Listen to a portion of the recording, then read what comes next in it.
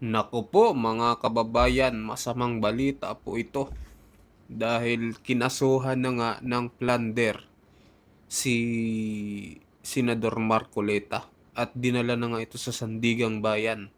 Anumang oras mga kababayan ay aarestuhin na nga si Senador Marcoleta.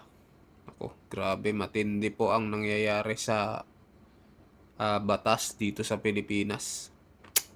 Pati ang mga kapatid sa iglesia ay nagtataka bakit plunder daw ang ikinaso kay Senador Marcoleta kahit na ang nakuha niyang pondo nung siya'y tumatakbo pa lamang ng senador ay galing naman sa pribadong tao at hindi naman galing sa gobyerno, mga kababayan. So pakinggan nyo ho yung pahayag ni Ka Edwel, mga kababayan. Ito na po. Bakit daw plunder, mga kababayan? Ito na po. Ang ikinakaso kay Senator Marcoleta ay plunder na isang non-bailable crime.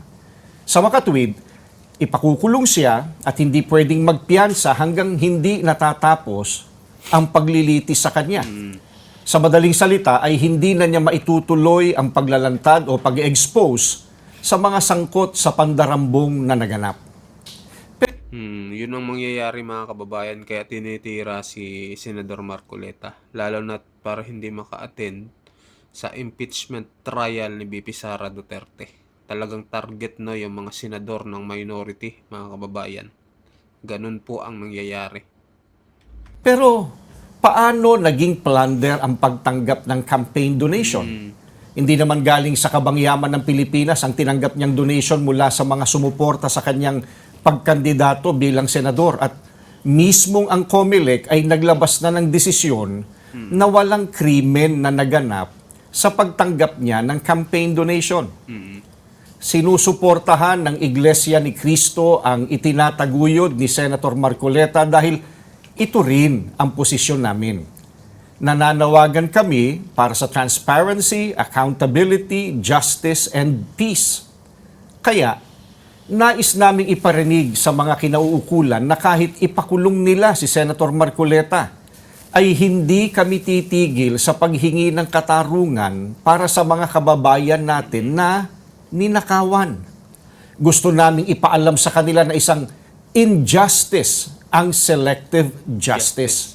At hindi kami mananahimik sa harap nitong napakalaking pagyurak sa katarungan na hinihingi ng ating mga kababayan. Tama. Ayan, mga kababayan.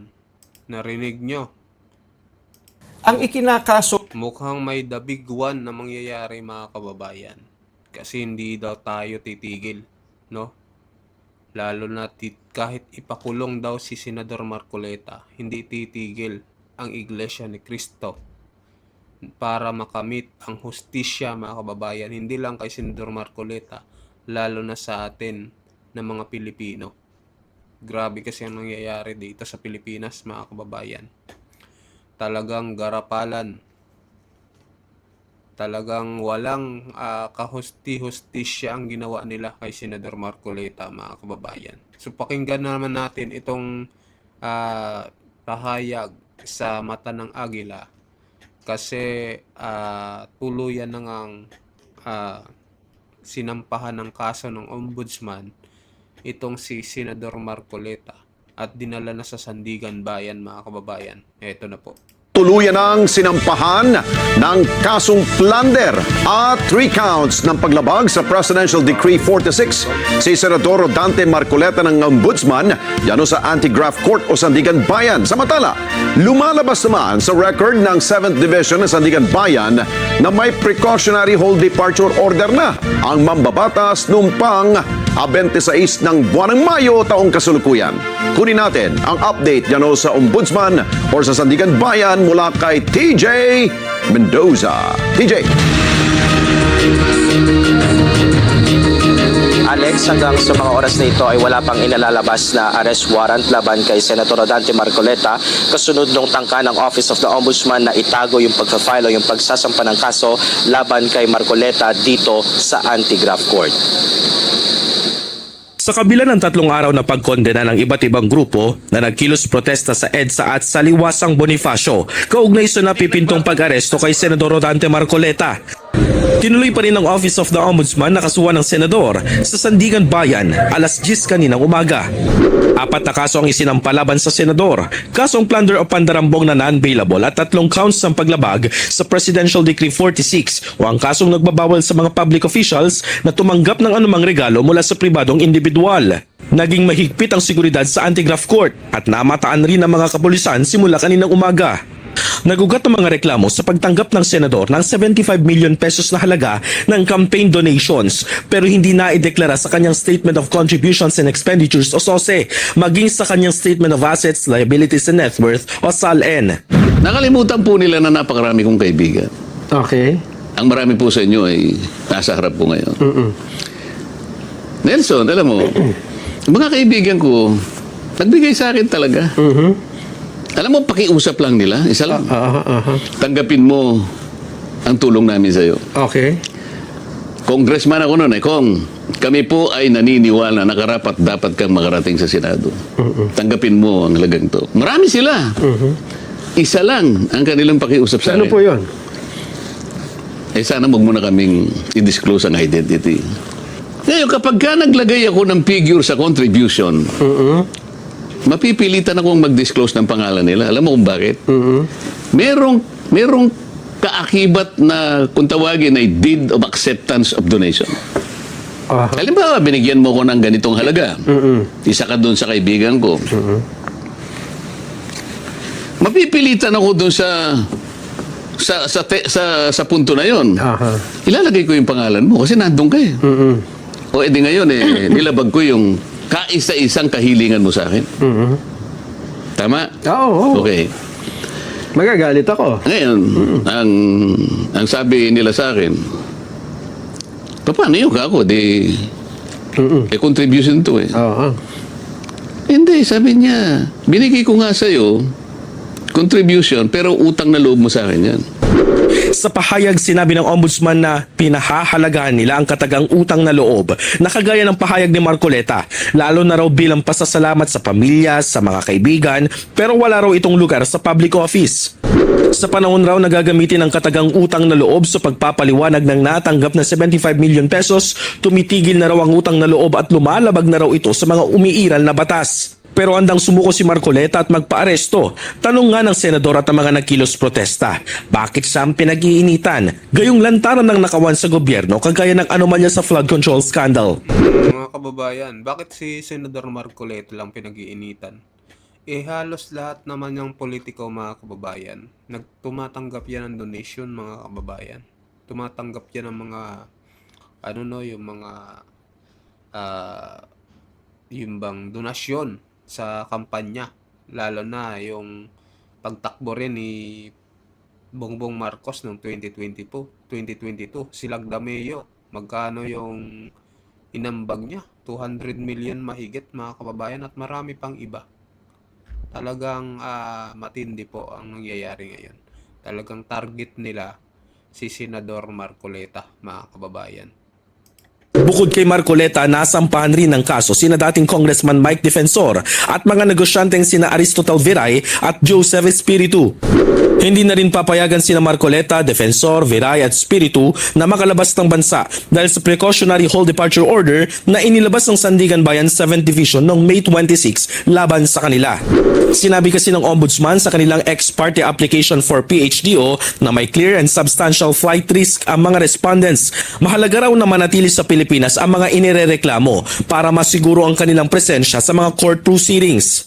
Sa pag-raffle ng kaso ng Anti-Graft Court, napunta sa 4th Division ang kaso ni Marcoleta at Defensor para sa paglabag sa PD 46. 6th Division sina Marcoleta at Espiritu at 1st Division kay Viray at Marcoleta.